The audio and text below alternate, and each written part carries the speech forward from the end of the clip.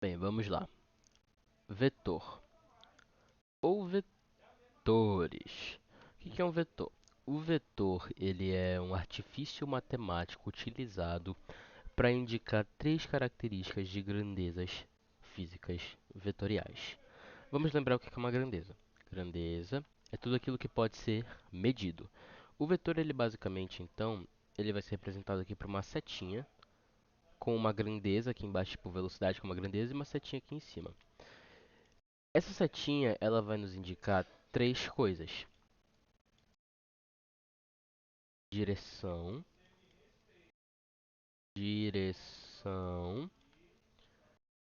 sentido e módulo. Módulo ou em intensidade, ok? Pode ter esses dois nomes, módulo ou intensidade. Vou escrever módulo porque é mais fácil. Direção está referente se algo está na horizontal, deitado, ou na vertical, em pé. A gente também tem uma terceira direção que seria a diagonal. Só que, se você perceber aqui, a diagonal é basicamente uma relação entre a horizontal e a vertical. Então, acaba que a diagonal é mais uma relação entre horizontal e vertical do que de fato uma sozinha. Sentido é muita coisa. Então, eu vou falar aqui que é o nosso para cima, para baixo, para direita, para esquerda, abaixo, acima, a 20 metros de distância. O sentido, ele basicamente ele indica literalmente o sentido para qual aquela grandeza ela está apontando. É representado pelo sinal mais e menos, geralmente, quando a gente está tratando de uma grandeza. Então, por exemplo, menos 2 metros por segundo. Velocidade é uma grandeza vetorial e você vê aqui que tem menos. Esse menos aqui é o sentido, ok? Por fim, por fim aqui, módulo. O módulo ou intensidade, ele está referindo-se ao número daquela grandeza. A um número, literalmente a um número. Menos 2 metros por segundo, a gente tem o quê? A gente tem aqui o sentido, que é o menos. A gente tem o módulo, que é o número 2. E a direção a gente não tem por causa que só tem aqui o valor. Mas se, por exemplo, fosse um carro que está se movendo para cá a menos 2 metros por segundo, a gente falaria que então essa velocidade ela está na horizontal, ela tem sentido negativo e ela tem módulo de 2. É importante saber essas três características porque uma questão ela pode te pedir um módulo. Quando ela está pedindo módulo, ela quer um número. Se uma questão não te pede o módulo da soma de dois vetores, por exemplo, ela não está querendo saber do número. Então é importante. Lembrando que módulo é representado por essas duas barrinhas aqui entre o valor. Então, se por exemplo a gente tivesse um módulo, essas duas barrinhas, e um vetor aqui dentro, estou me referindo ao valor, ao número desse vetor, ok? Lembre disso. Agora que a gente sabe que os vetores eles possuem três propriedades, direção, sentido e, e módulo, a gente vai para soma, subtração, multiplicação de vetores. Não tem divisão, ok? Para fazer a soma de vetores, a soma e subtração de vetores elas são iguais basicamente. E eu vou fazer alguns vetores aqui como exemplo. Vou fazer um vetorzinho aqui A, um vetorzinho aqui B e um vetorzinho aqui C. Você vê que todos eles têm direções diferentes e têm sentidos diferentes. Entretanto, a gente vai falar aqui da soma desses vetores. Para fazer a soma desses vetores, você vai pegar um vetor qualquer desses aqui e vai desenhar eles. E aí, na pontinha desse vetor, você vai colocar o outro vetor a partir do início. Então, aqui seria, por exemplo, o A. Aí eu vou pegar esse B e eu vou fazer aqui na pontinha do B. Então, a soma de A e B seria algo assim. Só que você vê que ele só está aqui os dois, né? A soma deles, então, é uma reta do ponto inicial do meu primeiro vetor até o final desse vetor, que daria então uma reta mais ou menos como assim. Esse daqui é o nosso vetor resultante. Vetor resultante, este é o nome. Se fosse tratar desse vetor C aqui, da soma de C mais B, por exemplo, seria algo como... Pode começar com qualquer um, ok? Seria assim, B, e aí depois um assim, C. Então, a nossa soma vetorial seria aqui do começo de B até o final de C, que daria algo assim. Esse aqui seria o nosso vetor resultante, ok? E, bem, a soma vetorial, vocês têm que saber disso aqui decorado, que a soma de vetores é diferente da soma de números. É totalmente diferente. Você não vai pegar aqui, vai falar a questão que o vetor A é 5, o vetor B é 3, o vetor C é 2. Aí vai te perguntar qual que é a soma dos vetores A e B. Aí tu vai ver aqui, o vetor A é 5, o vetor B é 3, então é 8. Claro que não é. Claro, é óbvio que não é. Por que que não é? Porque tá, é óbvio que não é. Por quê? Por que que não é?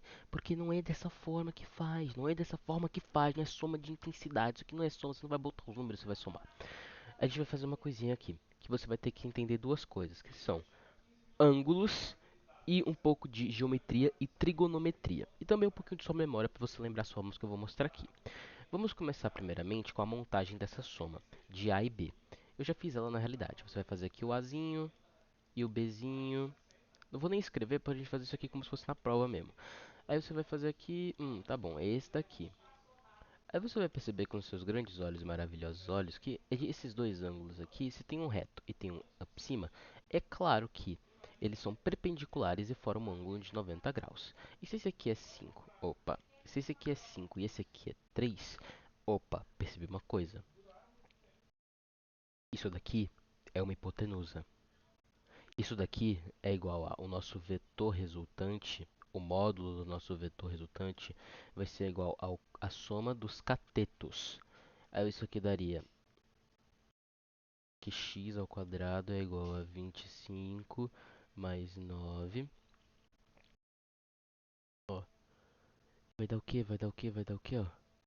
Mais 5 vai dar 30x igual a raiz de 34. Eu não vou fazer fatoração, mas vocês entenderam o recado. Entendeu? Você vai fazer Pitágoras, basicamente, o tio Pete, se esses dois vetores eles fizerem um ângulo de 90 graus entre si. Infelizmente, isso não é o caso de sempre. E aí a gente vai para o segundo caso, que é soma de dois vetores que não é necessariamente explícita, mas que é que te dá outras informações, geralmente em plano cartesiano. Vou explicar aqui. Soma de B e C. B é igual a 3 e C é igual a 2. E aí tá assim e assim, ponto. Vamos falar que essa soma vetorial aqui não dá. Isso aqui não é um ângulo de 90 graus, ok? Bora imaginar, usar a nossa imaginaçãozinha. É, como que eu faria isso daqui? Vocês podem ver que eu tenho aqui, ele nos determina que vai ser uma distância daqui e daqui. Se por algum motivo eu tivesse um plano cartesiano e ele me dissesse de alguma forma aqui que aqui essa distância aqui é 4, eu poderia vir aqui e colocar que esse vetor é 4. Então, se a gente estiver tratando de uma questão que ela tem um quadriculado, utilize do quadriculado para poder se basear no nosso vetor. Se a questão te dá um quadriculado e nesse quadriculado você consegue tracejar esse nosso vetorzinho resultante e você consegue contar, é bom. Além do fato de que se o seu vetor resultante ele for um vetor na diagonal, é só você contar a distância dele na vertical e o comprimento dele aqui na horizontal. E aí você vai fazer, ó, Pitágoras. Lembrando, para descobrir todo vetor que é horizontal, na diagonal, você faz Pitágoras aqui com a altura e com a largura dele. Ok? Lembrando que isso aqui é uma revisãozinha básica. E por fim, quando o ângulo não é nem de 90 e nem a gente tem um plano cartesiano. Ainda tem mais outro caso, no caso, mais dois casos aqui no caso. Se os dois vetores eles forem simplesmente na mesma direção e formarem um ângulo de 0 graus, ou seja, for algo tipo assim, A e A, tipo, A é isso aqui e B é isso, aí A é 3 e B é 2. Nesse caso, unicamente, exclusivamente, como não há formação de grau entre esses dois, a gente pode falar que a soma desses vetores vai ser a soma deles. Então, de fato, aqui vai ser 5. Esse vetor resultante vai ser 5. Mas porque não tem formação de ângulo entre eles, ok? Só para deixar bem claro. E o mesmo aconteceria, só que o contrário, caso eles estivessem na posição contrária. Então, se, por exemplo, eles estiverem na mesma direção, mas sentidos opostos, aqui, por exemplo, fosse A e aqui fosse B, e A fosse 5 e B fosse 2, aí eu ia fazer aqui a subtração. Por quê? Porque eles estão. Eu ia literalmente fazer a subtração, ia dar 3. Por quê? Porque eles estão na mesma direção horizontal, mas eles estão em sentidos opostos e não há formação de ângulo, ok? Lembrando isso aqui, tá bom? E por fim a gente tem o temido, o monstro, o desgraçado, o quebrador de casas, o pior coisa do mundo, que é a lei dos cossenos. Por quê? Porque às vezes algumas questões muito desgraçadas, elas vão te falar o seguinte. Então, esses dois ângulos eles formam um ângulo de 120. O nosso vetor A ele é 3, o vetor B ele é 3 e eu quero saber o vetor resultante. É isso. Ele te dá essas informações. Ele não te dá plano cartesiano, ele não te dá referencial, ele não te dá nada, ele só fala isso aqui. Essa questão aqui ela foi basicamente feita para você ter que lembrar da fórmula, que é a fórmula da lei dos cossenos. Lei dos cossenos. A lei dos cossenos da matemática ela tem um sinal positivo aqui na realidade, não, negativo na realidade. Mas na física, como a gente tem todo um trabalhozinho aqui que é por quê? Por causa que esse aqui é delta, mas aí você faz um paralelogramo aqui, ó. Aí o ângulo alfa que é esse daqui. Aí o ângulo alfa, para ser negativo, teria que ser esse ângulo alfa aqui. Mas como a gente só vai ter o ângulo θ, você faz umas coisinhas aqui, umas paradas doidas, que eles dois são suplementares, sei lá que vai dar no final uma formulazinha diferente. Então só decora a fórmula, por favor. Que é o seguinte, a fórmula é bem simples na realidade. Ela é a ao quadrado é igual a b ao quadrado mais c ao quadrado menos 2bc vezes o cosseno de θ.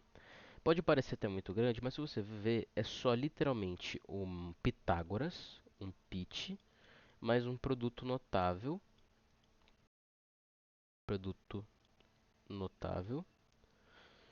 e um cosseno.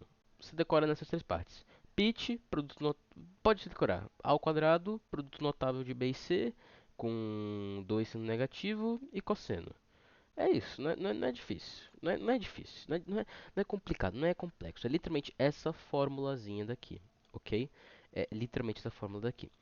E muitas questões dessas daqui, quando elas vão trabalhar com cosseno, elas vão trabalhar com três cossenos diferentes. Quais cossenos são esses? É cosseno de 30, cosseno de 45, cosseno de 60 e cosseno de 120. Por que ele vai trabalhar com esses cossenos específicos? Porque eles odeiam você, ok? Porque ó, o 30, o 45 e o 60 você já deve saber porque eles são ângulos notáveis, tem aquela tabelinha do 1, 2, 3, 3, 2, 1, depois você revela. E de 120, porque 120 sim. Pra quem não sabe, cosseno de 120 é igual a menos 1,5, ok? Tem todo um bagulho louco aqui pra justificar isso, mas eu não tenho tempo pra fazer isso. Só saiba que é menos 1,5, ok? É isso. Cosseno de é menos 1,5, é isso. Ou menos 0,5. E é basicamente isso aqui, vetores. É basicamente isso daqui. Não é difícil, não é complicado, não é um bicho de sete cabeças. Só é fazer umas três questões aqui de vetor e você vai saber. Só para fazer resuminho da aula, então, vetores possuem eles são um artifício matemático utilizado para você caracterizar grandezas. Eles possuem três características que são direção, sentido, módulo. Módulo é o número, sentido são vários, positivo, negativo para cima, para direita, para esquerda, para norte, para sul, para sudoeste. E direção é horizontal e vertical, mas também tem na diagonal, que é uma relação entre horizontal e vertical. Você pode fazer ali a soma de vetores por qualquer método, menos por fazer só a soma direta dos módulos, por causa que isso só vai dar certo se esses vetores eles formarem um ângulo de 0 graus entre si. E por fim, só para relembrar, se tiver dois tracinhos e um vetor dentro, ele quer saber do módulo do número. Se tiver só o vetor, ele está querendo saber aqui da setinha completa, tá bom? É basicamente isso. Agora a gente vai para a cinemática vetorial e terminar esse assunto desgraçado. Cinemática vetorial é tipo aquela tia chata que tem no final de ano perguntando pra você se você foi bem nos vestibulares ou se você tem namorada já. Ela é meio inútil, ninguém gosta dela, ninguém fala bem dela, mas ela é legal porque ela traz um salpicão.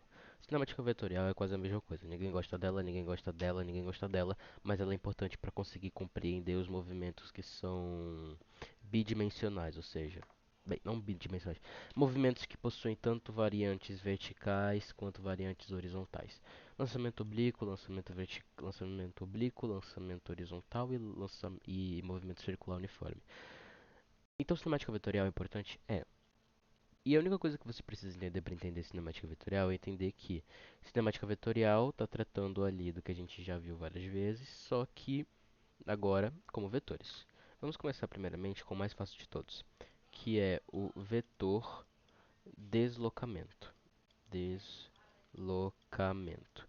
O vetor deslocamento ele é uma linha reta que está ligada do ponto de partida ao ponto de chegada de um movimento.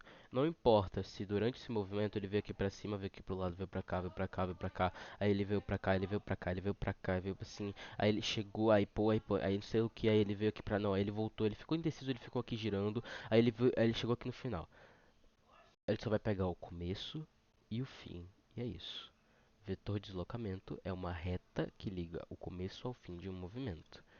Então, se por exemplo a gente tivesse um movimento que ele foi dessa forma, o nosso vetor de deslocamento seria essa reta linda, maravilhosa aqui, cor de esmalte de prostíbulas, que eu fiz aqui para vocês. E sim, para descobrir a intensidade desse vetor, você faria soma vetorial. Simples. Esse é o vetor de deslocamento. Muito simples, muito fácil, muito legal, muito top, muito maravilhoso. Entretanto, o nosso primo chato, que é bem sucedido, que é o vetor velocidade. Velocidade. O nosso vetor velocidade, ele é basicamente o ΔS sobre ΔT. Que vamos aqui. O vetor velocidade, o módulo do vetor velocidade é igual ao módulo do vetor de deslocamento dividido pelo módulo do vetor tempo. Ou módulo do tempo, porque tempo não é uma grandeza vetorial, é uma grandeza escalar. Lembrando que grandeza escalar é aquela grandeza que não é vetorial, ou seja, que não tem todas as três características de um vetor. Basicamente é isso. Vetor velocidade é isso daqui. É importante também saber fazer isso daqui, ok? Por causa que algumas questões elas podem te pedir qual que é o vetor velocidade. O vetor velocidade, independente do tempo do ponto, ele é simplesmente uma reta tangencial ao movimento. Então, se por exemplo eu tiver uma trajetória aqui desse movimento daqui, o vetor velocidade nesse ponto daqui seria uma reta mais ou menos assim, olha. Tá vendo? Mais ou menos assim. Nesse ponto aqui, ó, nesse ponto aqui do começo, é uma reta tangencial ao movimento, tá vendo? É basicamente isso daqui. O vetor de velocidade, graficamente falando, falando de visual, ele é tangencial à trajetória ali, sempre do movimento. Pode cair uma questão como essa, tanto quanto pode não cair, ok? E agora a gente vai para o bicho de sete cabeças, de fato. A gente vai para a uva passa, que é o vetor aceleração.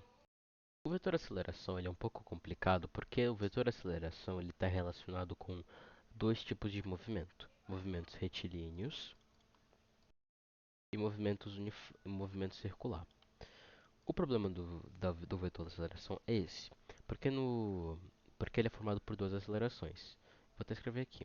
O vetor aceleração ele é composto pelo vetor aceleração tangencial e pelo vetor aceleração da força centrípeta. O que eu estou falando aqui, traduzindo? Esse daqui é a aceleração que a gente já conhece, que é velocidade sobre ΔT. E esse daqui, ele é a aceleração do movimento circular, que é a velocidade ao quadrado dividido pelo raio, ok? É isso. É literalmente isso daqui. São essas duas. É claro que eu tô falando aqui do deslocamento, tá bom? Mas é literalmente isso daqui, vetor aceleração. A questão é o seguinte, se a gente está tratando de um movimento, por exemplo, que ele é uniforme constante, se o movimento ele é uniforme constante, ou seja, no movimento retilíneo uniforme, eu sei que a aceleração é igual a zero e como é retilíneo não é em curva. Então aqui a velocidade vai ser zero, então não existe isso daqui, não existe isso daqui. Zero mais zero dá zero. Então não existe aceleração, a vetor aceleração do movimento retilíneo uniforme. Se for só um movimento uniforme, aí depende, porque existem dois movimentos uniformes. Existe o movimento retilíneo uniforme e o movimento uniforme circular. E aí, nesse caso, não existiria a aceleração tangencial, por causa que ainda é movimento uniforme, ainda é constante, ainda a aceleração é igual a zero. Mas é a aceleração tangencial, porque porque a centrípeta existe no circular, ok? Isso é importante. Por quê? Porque uma questão poderia estar lá escrito falando em relação ao vetor aceleração, indique a correta que fala sobre a sua composição. Aí estaria lá, em movimentos uniformes, a aceleração centrípeta e tangencial é nula. Não é verdade, porque no circular existe a centrípeta, ok?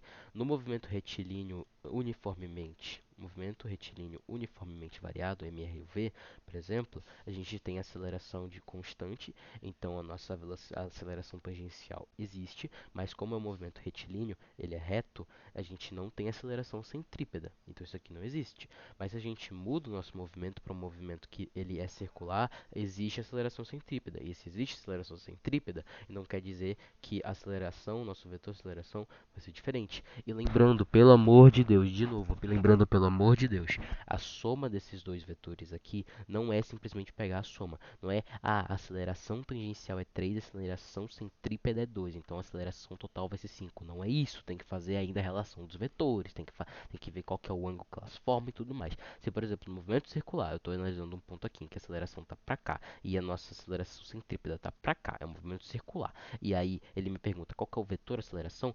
O vetor aceleração vai ser esse daqui, ó. E esse daqui vai ser o quê? Vai ser o nosso famoso, lindo, maravilhoso, gostoso Pitágoras. Pitágorazinho. Esse vetor aqui vai ser resultante, vai ser Pitágoras. Então se aqui fosse 3, aqui fosse 4, aqui ia ser 5. Não ia ser 4 mais 3 que dá 7, ia ser 5. Porque você vai fazer Pitágoras e vai ver que dá 5, ok? Lembra disso. Soma vetorial não é igual a soma de números. Lembra disso, pelo amor de Deus.